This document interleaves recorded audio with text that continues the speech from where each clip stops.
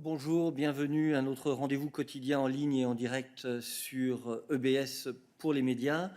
Nous sommes aujourd'hui le vendredi 23 octobre. Nous avons quelques annonces à vous faire avant de passer à vos questions. Tout d'abord, l'agenda de la présidente, comme chaque vendredi, pour la semaine prochaine. Lundi matin, la présidente participera par vidéoconférence à la conférence des président espagnol organisé par le Premier ministre Pedro Sánchez avec les présidents des régions et villes du pays. Mardi après-midi, la présidente s'adressera par vidéoconférence aux entreprises du groupe de conseil et de soutien de l'association Business Europe. Mercredi matin, la présidente von der Leyen présidera la réunion du collège des commissaires. Après cela, elle présidera la réunion du comité directeur de la Task Force pour la relance et la résilience. Mercredi encore, la présidente participera à un débat organisé par le président du Parlement européen sur l'accès à Internet comme nouveau droit humain. Elle recevra ensuite, ici au Berlemont, le secrétaire d'État de Sa Sainteté le Pape, le cardinal Pietro Parolin. Jeudi, la présidente participera à la vidéoconférence des membres du Conseil européen, convoquée par le président Charles Michel sur la réponse de l'Europe au coronavirus. Et enfin, vendredi, la présidente s'adressera par vidéoconférence de nouveau à la conférence pour l'énergie verte en Europe. Enfin, un point sur les vidéoconférences du jour. Aujourd'hui, la vice-présidente exécutive Margrethe Vestager et le commissaire Thierry Breton assistent à la vidéoconférence informelle des ministres responsables de la compétitivité. Une conférence de presse est prévue à 12h30 avec la vice-présidente exécutive et le commissaire. Enfin, le commissaire Virginijus Sinkevicius représente la Commission au Conseil environnement qui se déroule en ce moment même. Le Conseil, qui se penche sur la loi européenne sur le climat et la stratégie de biodiversité, s'achèvera par une conférence de presse à 18h30 avec le commissaire. Voilà qui clôture nos annonces pour aujourd'hui et nous sommes prêts à passer à vos questions. Et je passe la parole à Odile. Bonjour Odile. Oui, merci. Oui, bonjour, merci Eric. Juste une petite question. On entend beaucoup parler de ce médicament Remdesivir. Alors, j'ai entendu ce matin que la Food and Drug Administration aux États-Unis l'a approuvé. On entend que d'autres ne l'approuvent pas. Il paraît que c'était administré dans le cocktail administré au président Trump, qui l'a permis de refaire surface rapidement. Les gens qui sont atteints du coronavirus, même en forme légère, se posent des questions. Est-ce que vous avez, est-ce que c'est l'Agence européenne de médicaments, enfin, est-ce qu'il y a une institution européenne qui se prononcera ou qui s'est déjà prononcée à ce sujet? Merci. Merci beaucoup, Odile, effectivement, sur cette question importante. Je passe la parole à Stéphane. Oui, bonjour Odile. Comme tu sais peut-être, le médicament Remdesivir a reçu une autorisation conditionnelle sur le marché. Cette autorisation a été donnée par la Commission suivant une recommandation positive de l'Agence européenne des médicaments. Nous sommes au courant de l'étude à laquelle tu fais référence. Les collègues de l'Agence médicale des médicaments continuent à suivre cela. Il faut peut-être savoir aussi que il s'agit bien d'une autorisation conditionnelle, donc ça veut dire que les éléments, les faits continuent à être suivis de près par l'Agence des médicaments européen. Donc on suit cela avec beaucoup d'intérêt, évidemment. Merci. Merci Stéphane. Donc, restons sur les sujets santé coronavirus.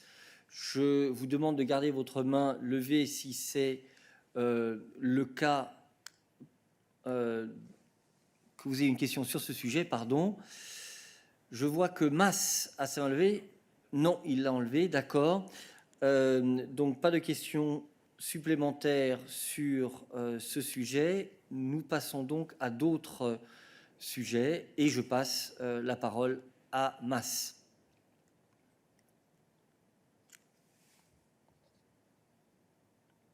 Pas à propos du coronavirus, ça concerne le commerce, l'EMC. Voilà. Donc, vas-y, Mas. On m'entend? Nous t'écoutons, oui. Non, ça concerne l'EMC, l'Organisation mondiale du commerce. Ça n'a pas de lien avec le corona. Oui, oui, j'ai bien compris. Je te passe la parole. Tu peux poser ta question. Non, non. C'est pas. Je peux poser ma. Ok, bon, d'accord. Ça concerne donc on est dans la dernière ligne droite sur le choix de celle qui va devenir la directrice générale de l'OMC. Et on sait que l'Union européenne a jeté son dévolu sur la candidate africaine. Alors, moi, je voudrais savoir quels sont les éléments techniques ou stratégiques qui ont prévalu au choix de l'africaine. Est-ce qu'elle vous a semblé répondre aux critères qui ont été définis à l'occasion de la réunion à Berlin des ministres du commerce, c'est-à-dire qu'il s'agit d'un candidat ou d'une candidate qui va contribuer à une réforme profonde de l'EMC et qu'elle s'inscrit dans la dynamique de relance des négociations commerciales au niveau mondial. Est-ce que c'est un critère que vous avez retenu concernant le choix de Madame Godzi? Et puis voir dans la dernière ligne droite, quels sont les dispositifs en termes de lobbying qu'on peut mettre en place, sachant que l'autre candidat est aussi soutenu par les États-Unis. Voilà, merci. Merci beaucoup. Je passe la parole à Myriam sur ce sujet.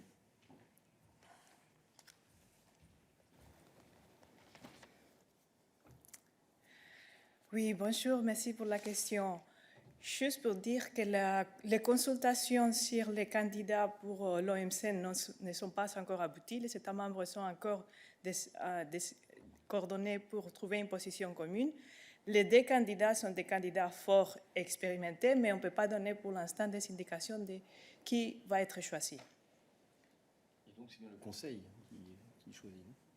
Oui, je pense qu'il faut préciser que ce n'est pas la Commission, évidemment, qui prend position sur ce sujet, mais bien le Conseil. Merci. Y a-t-il d'autres questions commerce pour nous aujourd'hui? J'ai noté les mains levées pour le moment sur les différents sujets. Momchil, non. Nawab, une question commerce? Question on trade? Non, non. Alors, Not trade related. je note. OK. Je ne vois pas d'autres questions commerce pour nous aujourd'hui, donc je passe la parole à Naomi. Thank you, Miriam. Hi, Eric. Thanks very much for taking my question. I hope I'm connected okay. So my question is about a complicated issue, but the question itself is simple.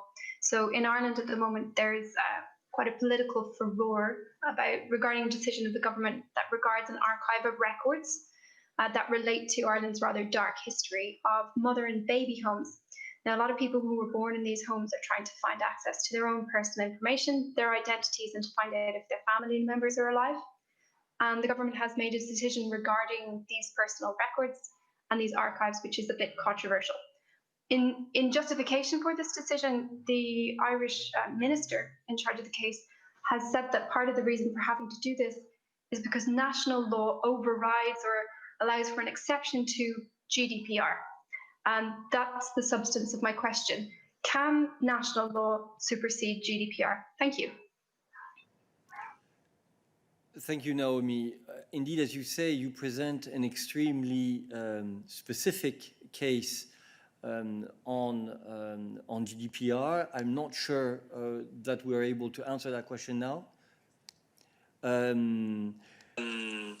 Let me pass the floor to Christian to see if he has any other elements on this. Yes, thank you, Eric. Well, Naomi, as Eric said, that's of course a very specific and individual case. Of course, in general, there are certain exceptions in GDPR for data processing, and just in general to remind that under GDPR, it's not. There are several grounds on which you can process data. The most important thing is that you have a legal basis to do so. But for assessing this in specific and individual cases, this would be a matter for the National Data Protection Authority. Thank you. I see you have a follow-up, Naomi. Yeah, thank you. So just more broadly, so there has been other cases in which there's at least been a perception that sometimes the Irish government uses the word GDPR to make a political decision. So, for example, in the past, the decision was made to stop releasing the details of pension offered to former public officials, former politicians and prime ministers. Is there a concern at all that sometimes GDPR, being a complex regulation, could be used by national governments just as a cover for political decisions? Thank you. Thank you. Christian, I don't know if you want to answer that question specifically. Look, that's indeed a very broad question, so I think it's difficult for us to make a comment on this. I mean, GDPR sets clear rules. They are valid all over Europe, and they are to be monitored and enforced by the relevant data protection authorities under the control of independent courts. So I don't think I would want to comment about such general concerns. Thank you. I do not see any other questions, I think, on this. So I would like to go back to Momchil, who had asked the floor previously. Momchil. Thank you. My question is regarding the yesterday call of the members of the European Parliament.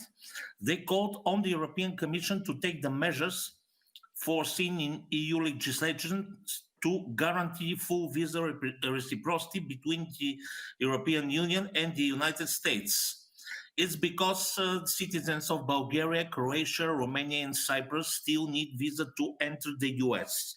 So 2 days ago, the Commissioner Ylva Johansson said that it's not the time to do that, but I'm interested if there are signs that the Commission will change its mind, and what will do the Commission until is the Commission ready to do something until the 22nd December?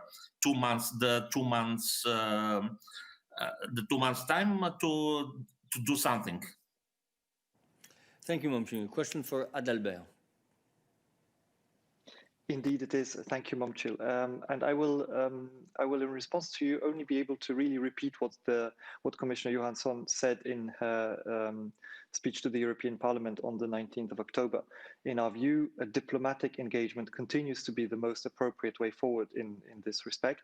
Our experience with the entry of Poland into the US visa waiver program and the progress made by the other 4 member states shows that this approach is working and that we can move ahead based on engagement and on diplomatic contacts.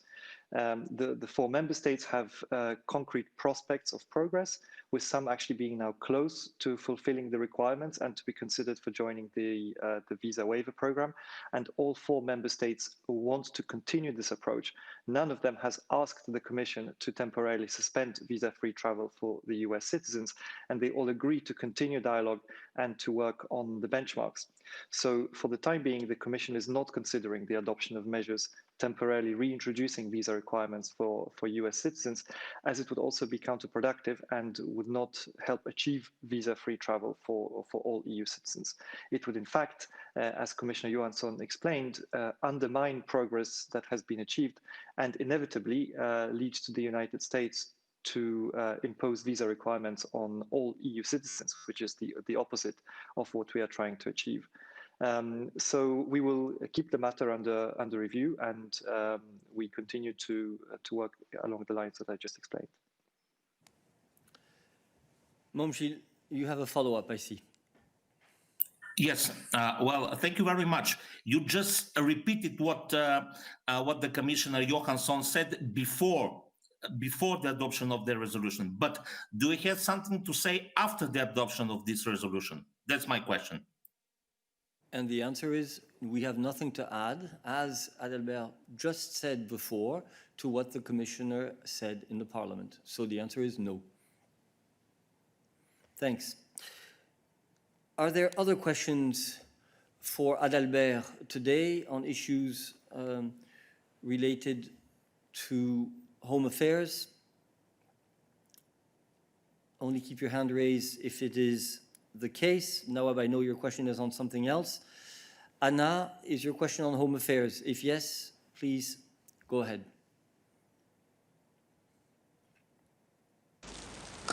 No, my question is on justice, so I should wait. Huh? Indeed, thank you very much. Please unraise your hand, that way we go more quickly through the themes. Then I do not see any other questions on this, unless Nikolai, your question is on home affairs?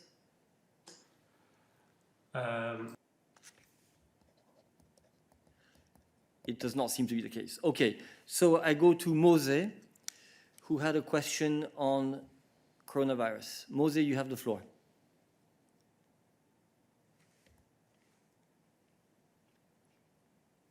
Because I think there was a problem with the sound. And as you remember, my question was whether the Commission is trying to monitor the implementation by the member states of the Council decision concerning the travel restrictions and this common color map which has been published by ECDC in Stockholm. Thank you. Sorry, so I understood your question correctly. Is the Commission monitoring travel restrictions within the EU? I guess you mean, right? So a question for Christian.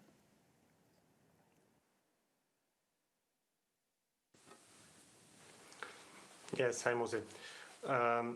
Well, first of all, of course, the format is a council recommendation, so it's, of course, the member states decided to coordinate better and to take measures on the basis of the recommendation. So it's, first of all, for the member states themselves to follow up on this and do this, which, of course, takes a little bit of time as well. It was just adopted very recently, and now we have the map by the ECDC in place since a few days, which will be regularly updated once a week.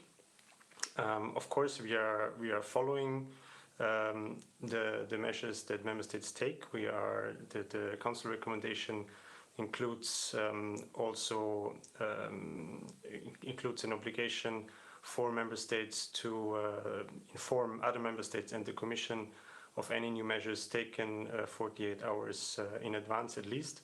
And also, as you know, there are regular formats in the IPCR group in the council where also the Commission takes part, and we receive such information. So we use that to update, of course, also for instance, the Reopen EU portal, so to make it as transparent for citizens as possible, and to keep everybody informed of which measures are in place. I don't have at this stage now a complete overview of how member states might have changed their measures since the entry into application of the recommendation. But as I said, we are still at quite early stages, but of course we are following this. Thank you very much, Christian. So let me come back to Nawab, because I believe he has a question on home affairs, which we overlooked. Nawab, you have the floor. Question had to do with the list of third countries which were updated yesterday and whose nationals are allowed to travel to the EU. Now, apparently, Tunisia was removed from the list because its name was there in the previous list. So I'd like to ask the reason for removing Tunisia has only to do with health reasons, or were there also issues of illegal migration involved? Thank you. Adalbert. Thank you very much. So regarding this list of countries that are not subject to the travel restriction on non-essential travel to the EU, this list is updated by the Council based on criteria that are in the Council recommendation. So for any detail on how exactly the Council is exercising its prerogative to apply those criteria, I would send you to the Council. However, I would note that indeed the criteria that are in the Council recommendation are health-based criteria, and they are not related to migration. However, as I said, for details, I would send you to the Council if that's fine with you.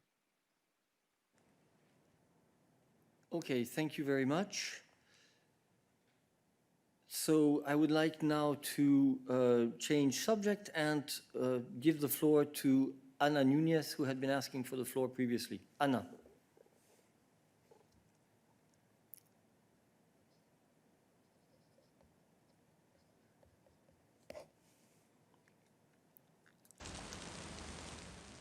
Can you hear me? Yes, we can. Go ahead. Okay. Yeah, it's a question on justice. Yesterday the Spanish government paralyzed the reform of the judiciary system, and I'd like to know if the government has informed you about this step and when it did inform, and I would like also to know if you consider it a good signal, and if despite of this step, of this paralyzation, you are still waiting for more information on the reform, as the Justice Commissioner, Mr. Reinders, demanded yesterday to our Foreign Affairs Minister. Thank you. Thank you. Question for Christian. Yes, hi, Anna. Thank you for your question. On the announcement, we take good note of the announcement of the Prime Minister. The Commission had expressed a clear position on the draft law, calling to ensure that the Judicial Council is not perceived as vulnerable to politicization. In this context, suspending the proposal and allowing for a broader consultation is a step in the right direction. You also asked about the contacts between the Commission and the Spanish government on this matter. So indeed, Commissioner Reinders and Foreign Minister Ángel González spoke on the phone on Wednesday evening on the minister's request. The minister informed the commissioner about the reform and was open to discussion and hearing the views of the Commission. The Commissioner reminded about our clear position and requested more information, which we would expect in the coming weeks. On the suspension, the Minister did not mention the suspension of the reform at the time. Thank you. So let's try to see if there are other questions for Christian on rule of law and justice issues.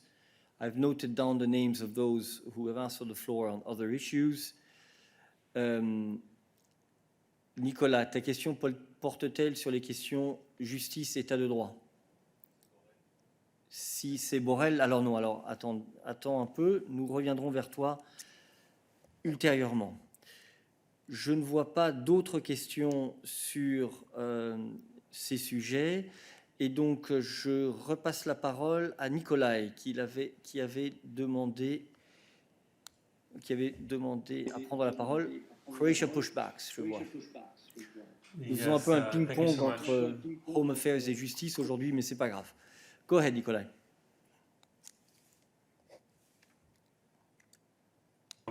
Commissioner Johansson said yesterday that she had a thorough discussion, or was going to have a thorough discussion with the Croatians when it comes to the violent pushbacks on the borders, on fundamental rights. And I was wondering if you could give an overview of how those discussions went. I mean, is she confident, for instance, that these allegations or pushbacks will be thoroughly investigated by the Croatians, and what kind of decisions were made, if any, when it comes to the monitoring of fundamental rights along that border? Thank you. Thank you. We go back to Adalbert. Thank you, Nikolai. I do not, again, have all that much to add to what the Commissioner put out on Twitter yesterday. In fact, those discussions with the Croatian authorities have, to my knowledge, not yet taken place. There is an intention in the first instance to send a letter to the Croatian Minister of Interior inquiring about these last reports and incidents, as well as calling on the Croatian authorities to also proceed with the implementation of the independent monitoring mechanism, which, as you know, Croatia has put in place with the financing of the European Commission. And of course, as the Commission announced, there would be also more thorough discussions with the Croatian authorities about those issues. So I hope this will be enough for you for the moment. And if you have further, more detailed questions, of course, we're at your disposal. Thank you very much. I see that Nawab has his hand raised again. If it's on Home Affairs, go ahead. Only if it's on Home Affairs. No, it's not on, sorry. Okay. You need to help me a bit. We have a slightly messy midday briefing today. Let's try to make sure we deal with issues one after another. So I see no further questions on Home Affairs or on justice and rule of law. So I now open the floor again, and Tommaso Galavotti had asked for the floor first, so I go to him. Tommaso Galavotti, go ahead. Yes, Eric, thank you for taking my question. It's a question on health issues, because I've read that this morning the President von der Leyen held a video conference with some members of the college on some aspects of the pandemic, and notably on passenger locator forms. I wonder if you can update us at which point are you on this issue, and if it will be online so we can get rid of writing in paper like we have to do when we go to Italy, where there are lots of papers to fill in. Thank you. Thank you very much. That would be a question for Stéphane on the transport side. Stéphane. Yes, thank you very much for this question. Passenger locator forms are indeed important tools in the context of this crisis. At this stage, I don't think we can give much more information. We are thinking about several ways to make, as you know, make travel taking place in safe and healthy environment, I would say. But we're working on this, we're thinking about this, but I cannot raise anything or mention anything at this stage on this. I would invite you to follow our usual communication channels and see what will come out of this work. Thank you. Thank you very much, Stéphane. Indeed, I think we are mentioning the themes that are being discussed as a sign that these are issues which are taken up by the commissioners, where we believe that things need to be monitored and potentially dealt with in one way or another. And then, as you know, the Commission progressively can come forward if it considers it necessary with proposals. But it's not the meetings that take place now on a regular basis between the President and the members of the College are not meetings where decisions are taken on new Commission initiatives. This follows the usual College process, and that is extremely important to keep in mind. So please watch this space in terms of possible initiatives in that or the other area in the future. Okay, are there other questions on this for the moment. I do not see any, so now I move to the second Tommaso who had earlier asked for the floor. Tommaso Lecca. Tommaso. Hi, good morning. Thank you for the floor. I have a question for Peter. For more than 50 days, 18 workers of Italian fishing boats have been detained in Libya, in the Benghazi area to be specific. And on 1st September, they left from Mazara del Vallo in Sicily and have never come back. The Libyan authorities say that the Libyan boats were fishing in Libyan territorial waters, but this is contested. And in the meanwhile, the General Khalifa Haftar is refusing to release the fishermen until Italy frees 4 Libyan citizens convicted of human trafficking. Are the European Commission and the High Representative Borrell aware of this situation? And what are you doing to help these European citizens to come back home? Thank you. Thank you, Tommaso. Indeed, question for Peter. Hi, good afternoon.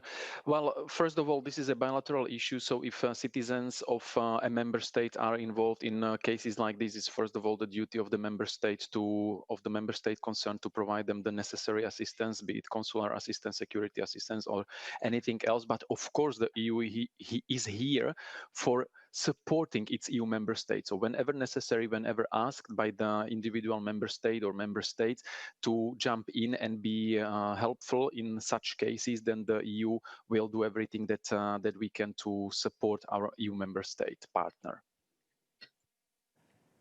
Thank you. Tommaso, you have a follow-up.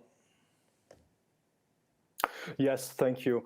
So, Peter, are you saying that so far you haven't received any communication from the Italian government on this issue? Thank you.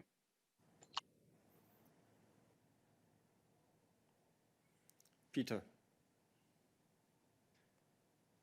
Yes, I started to talk without pressing the famous speak button. On this issue, you would be best served, Tommaso, when you address the Italian authorities, because the nature of our work in such cases is confidential, and we never disclose publicly, and we never describe publicly whatever we do on behalf of our member states. So I cannot go into details, but I can assure you that that the EU is very attentive to such issues, and if there is a possibility, we always do what we can and raise it with the partners. Thank you. I think the time has come to go to Nicolas, who also had a question on Libya. Nicolas, tu as la parole.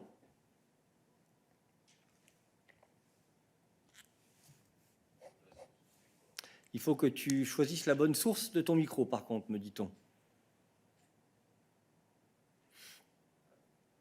Voilà, bon. Vous m'entendez là, je pense. Absolument, vas-y. Oui. C'était sur la Libye également pour Peter. Je pense je voulais savoir si vous étiez heureux de voir la Turquie reprendre la formation des gardes-côtes libyens sur lequel l'Europe a tant investi, et savoir si vous étiez également content de voir que les vedettes, les navires que l'Europe a financés étaient maintenant, je dirais, utilisés par les Turcs pour leur formation des gardes-côtes libyens. Merci. Question pour Peter, effectivement. Merci Nicolas pour ces questions. Je n'ai pas aucun détail sur le sujet que vous avez mentionné, donc on va vérifier les détails. Nous revenons à vous très très vite avec plus de détails. Mais c'est une chose que je peux dire déjà maintenant. Les activités bilatérales de nos partenaires avec la garde côtière libyenne sont les choses de ce pays, de ce partenaire.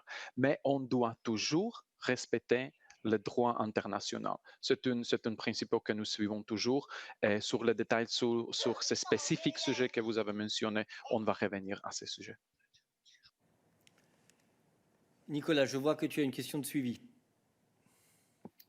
Oui, juste très court. Est-ce que tu peux confirmer que la formation par les Européens des gardes-côtes libyens est pour l'instant suspendue, faute de volonté de Tripoli ?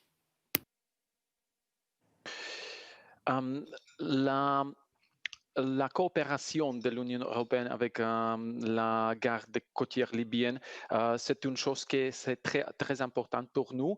Vous savez que c'est une partie du mandat de l'opération Irini, c'était une partie du mandat de l'opération Sophia, mais jusqu'à aujourd'hui, on n'a pas commencé dans le cadre de l'opération Irini de faire cette coopération parce que c'est un moment dans lequel nous ne sommes pas prêts, les partenaires libyens ne sont pas prêts pour continuer ces coopérations à cause de choses logistiques et opérationnelles.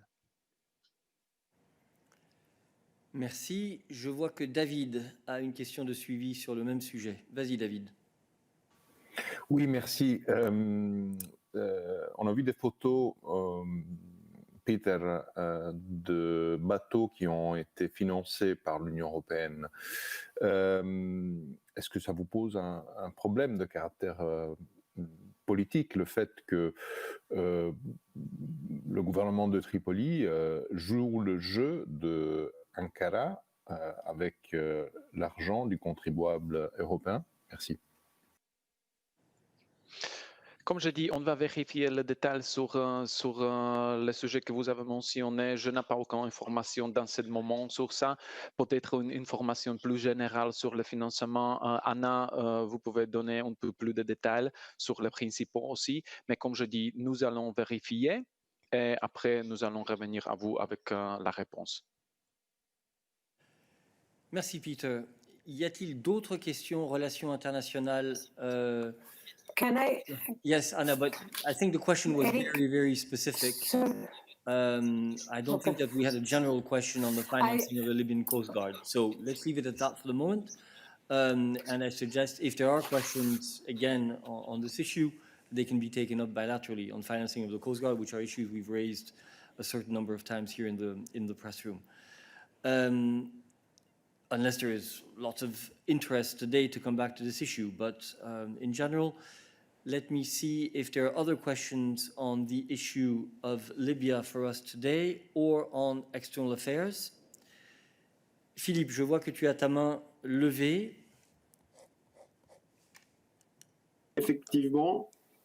Bonjour. C'est une question effectivement sur la Libye. Je sais que Peter a été interrogé là-dessus hier, mais entre-temps, les parties en conflit dans ce pays ont signé aujourd'hui à Genève, sous les auspices de l'ONU, un cessez-le-feu permanent et immédiat. Alors je voudrais savoir si cela donne le feu vert à ce que tu disais hier, Peter, à savoir que l'Union européenne délivrera ses promesses et donc contribuera à l'observation sur le terrain ou ailleurs du cessez-le-feu. Alors si c'est bien le moment justement de mettre cette opération sur pied, quels sont les contours escomptés, quand, comment, etc. Merci beaucoup. Merci, Peter. Merci, Philippe. Yes, yeah. Merci, Philippe. Oui, c'est une nouvelle des dernières heures. C'est une bonne nouvelle, l'annoncement sur l'agrément de cessez-le-feu permanent.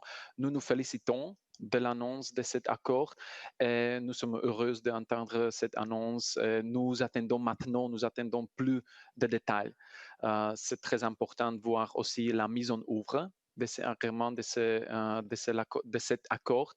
Et nous sommes conscients, nous savons très bien que la mise en œuvre sera plus difficile que les négociations sur cet accord. Donc, cet accord, le cessez-le-feu permanent, c'est très clé pour la résumption des négociations politiques. Et la résumption le renouvellement des négociations politiques, c'est une précondition pour nous de lancer tous les soutiens que nous avons promis. Donc, on doit attendre, c'est une étape après une autre étape, mais c'est une très, très bonne nouvelle que nous saluons beaucoup sur l'annoncement sur cet accord de cessez-le-feu permanent parce que c'est une chose très importante pour le renouvellement des négociations politiques qui vont avoir le résultat, nous espérons, la solution pacifique de la crise libyenne. Et l'Union européenne a dit beaucoup de fois que nous sommes prêts à assister et soutenir tous les efforts des Nations unies dans ce domaine pour accompagner les Libyens dans ce processus. Merci beaucoup, Peter, et merci de rester concentré dans un contexte pas toujours évident de téléworking. Y a-t-il d'autres questions sur la Libye? Philippe, je vois que tu as un follow-up. Je te demanderai de bien tenir compte du fait que Pete a dit au début de son intervention que c'était une nouvelle pour nous de dernière minute et que donc il fallait que nous vérifions bien entendu les informations et les détails. Mais je t'en prie. Donc désolé, c'est pas sur la Libye, mais c'est bien pour Peter aussi. D'accord, alors autant pour moi, vas-y. Pardon, j'étais peut-être un peu rapide pour relever la main. C'est sur la Biélorussie. J'ai une petite question concernant les sanctions, le deuxième train de sanctions qui est prévu contre le régime Loukachenko. L'annonce, la concrétisation de ce qui avait été décidé au Conseil Affaires étrangères de Luxembourg, si je me souviens bien, tarde un peu.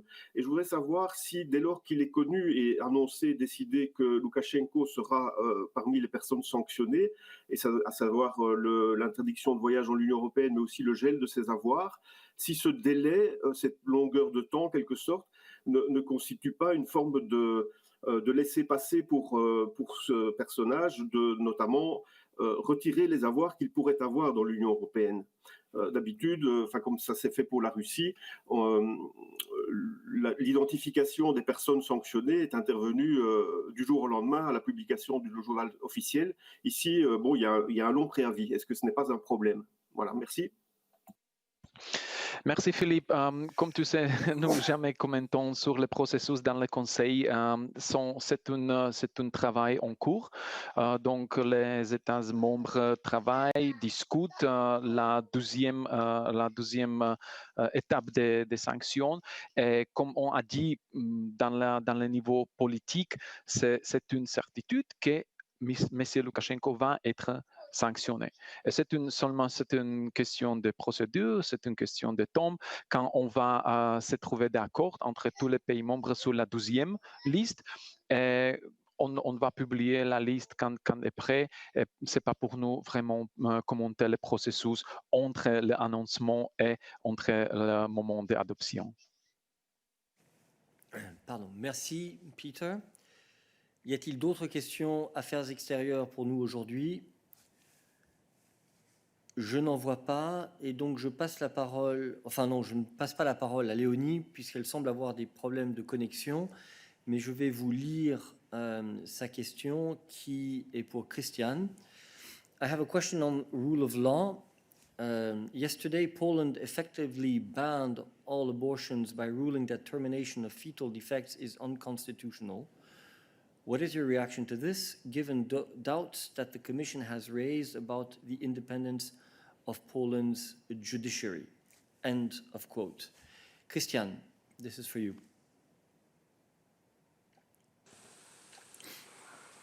Yes, thank you, Eric. I have a very brief comment. According to the treaties, the EU has no competence on abortion rights. Legislation in this area is up to member states. And on the second part of your question, asking about the doubts or concerns about the Polish judiciary, what I can say is, what I can remind is that as for the Constitutional Tribunal, our latest 2020 Rule of Law report recalls that concerns over its independence and legitimacy raised by the Commission under Article 7.1 procedure have so far not been resolved. Thank you, Christian. Are there other questions for us today? It does not seem to be the case, so let me wish you all a good weekend, and I hope to see you next week again here on Monday in the press room. Thank you very much.